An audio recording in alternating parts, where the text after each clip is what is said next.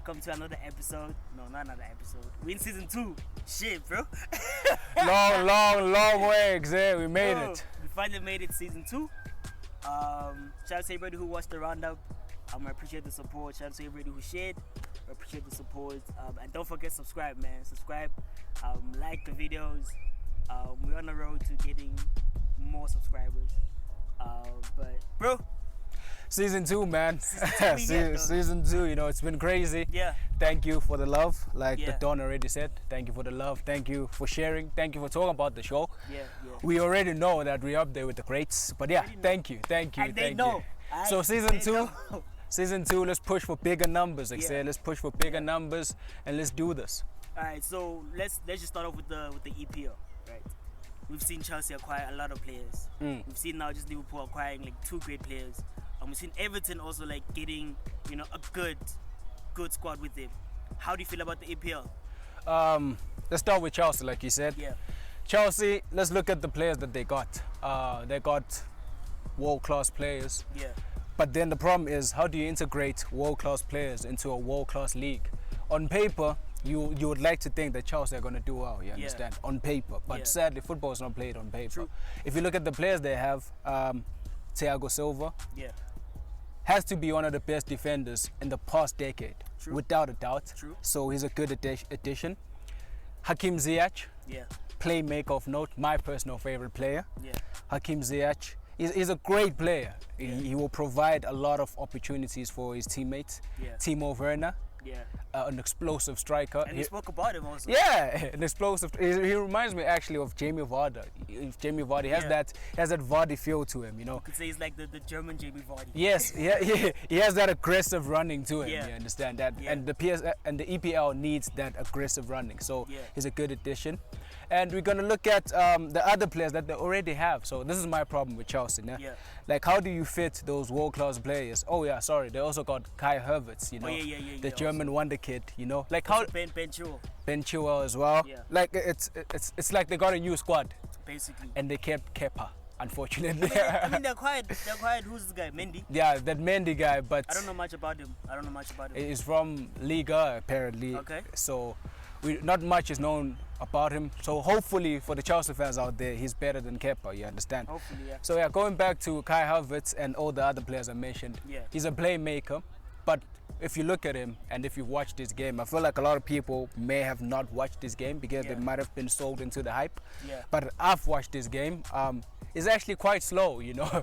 He's not the quickest of number 10s because he plays as a number 10. He's not the quickest of number 10s, but skillfully he's there, you know. But the EPL, we know it's very intense, it's very fast. But if you're wise enough, like we're gonna get to this guy in just a minute, like James is, you know how to manipulate that EPL system because you just use your skills more than anything else.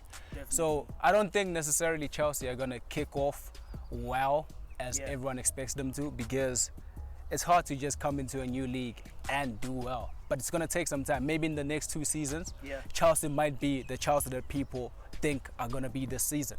Yeah.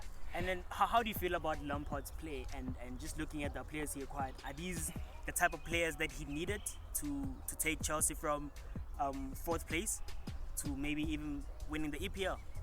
Yes and no. Yes, in the sense that he needed something different. Remember, they had a transfer ban, right?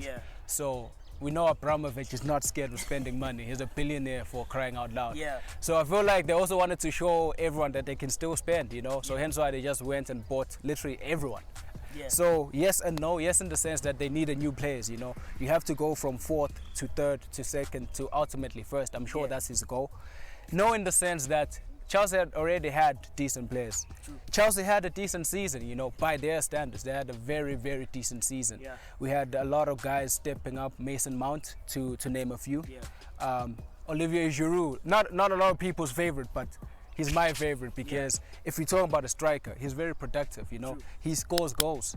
So Chelsea had a decent squad. So I feel like it's going to create a bit of friction, you know, like old versus new. It happens in every team because they bought like 6 new players, and those 6 new players are coming in there with huge egos, you understand, and they would want to play every day. So how do you mix the two?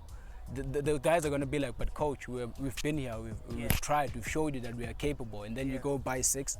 So I'm scared of that friction, that divide inside the camp, but we'll see. I don't necessarily think he needed to buy all of them all at once, because it's hard to integrate everyone, and those are big players. They want to play each and every game. Yeah, talking about friction, right? Because I was thinking, you look at a Tammy Abraham where, you know, he stepped up when, you know, Giroud was not providing those goals. He stepped up, and how does he feel now? They bring in like someone who could be a world-class striker in Timo Werner. Who is a world-class striker. Who is a world-class striker, actually. So those type of players, Mason Mount, for example, also, you know, like with Hakim Ziyech. They bring Ziyech, they bring, you know, Kai Havertz, you know, he can't play in cam, he can't play on the right, you know, and then they still have Christian Pulisic, you know, on the left-hand side. So now, when you are a Tammy Abraham, when you are a Loftus-Cheek, when you are a Mason Mount, how do you feel about all these players coming in?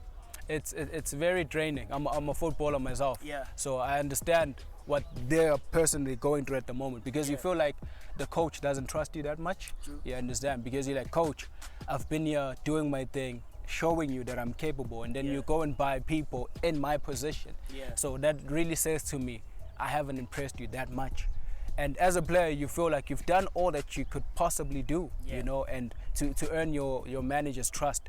But unfortunately, the manager goes and buys out new players. So personally, it's going to be a huge hit, especially for these young guys, Tammy Abraham, Mason Mount. They're still young, so sometimes you have to protect young players, because not all the players are going to be a young Cristiano Ronaldo, a young Lionel Messi, where regardless of their age, they are already world beaters, you know. Some young players need that nurturing, and I feel like Frank Lampard hasn't really done that as much. It's more than like show them the door, especially Tammy Abraham is gonna probably be like the third option striker, you know, like the third choice, because Giroud is gonna be second choice for me.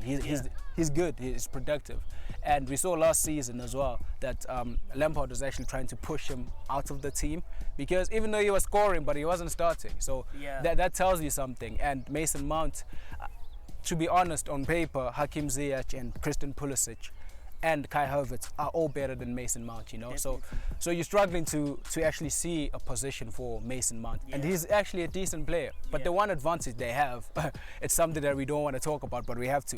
The one advantage they have is they're all English, you know. So they're all English, and English players are protected by the British media. So they're going to have that support from the media that Lampard has to play them, you know, because we know how the British media is. So fortunately for them, they're English, so maybe they will get the opportunity.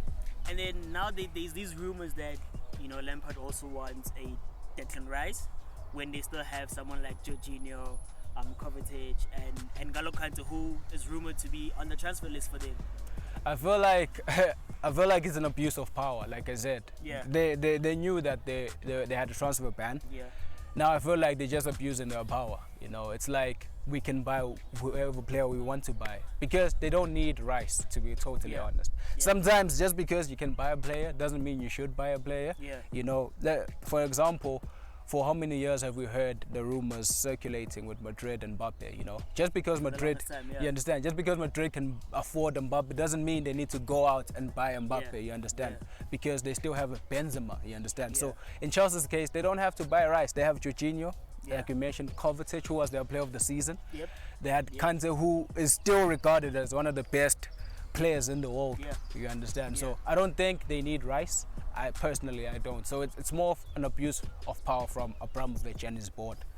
And then just to round it up, where do you see Chelsea ending up on the log? On paper, let's start on paper. On paper, you'd like to think they'll be there in the top 4 on paper, with the personnel they have on paper. So it says they're going to be in the top 4, but in reality, they might not even finish in the top 4, because other teams are beefing up their teams as well, you know. So it's going to be interesting, but I'd like to see Chelsea in the top 4, because I feel like those players want to play Champions League, and I don't see them being happy playing in Europa, you know. I don't. So I think Chelsea might come out 4th.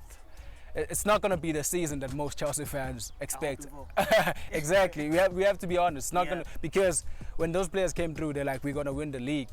It's not that easy. It's not. The EPL is one of the toughest leagues to ever perform in, and we've seen how many foreign players have come into the EPL and not performed. You know, and in their own countries they were great, So we shall see how Chelsea plays out this season. I also see them struggling a bit, man. Like you look at just the first game and just how they were playing when they have injuries, because we also have to look at that injuries. When players get injured, who does he have on the bench to close that gap between Liverpool and themselves? Because it's like, what, 30 points? It was a massive 30 massive points gap, and you have to, as a team that's came out number 4, you have to close that gap. The players they bought, they could close it, but if they get injured, do they have enough on the bench to close that gap?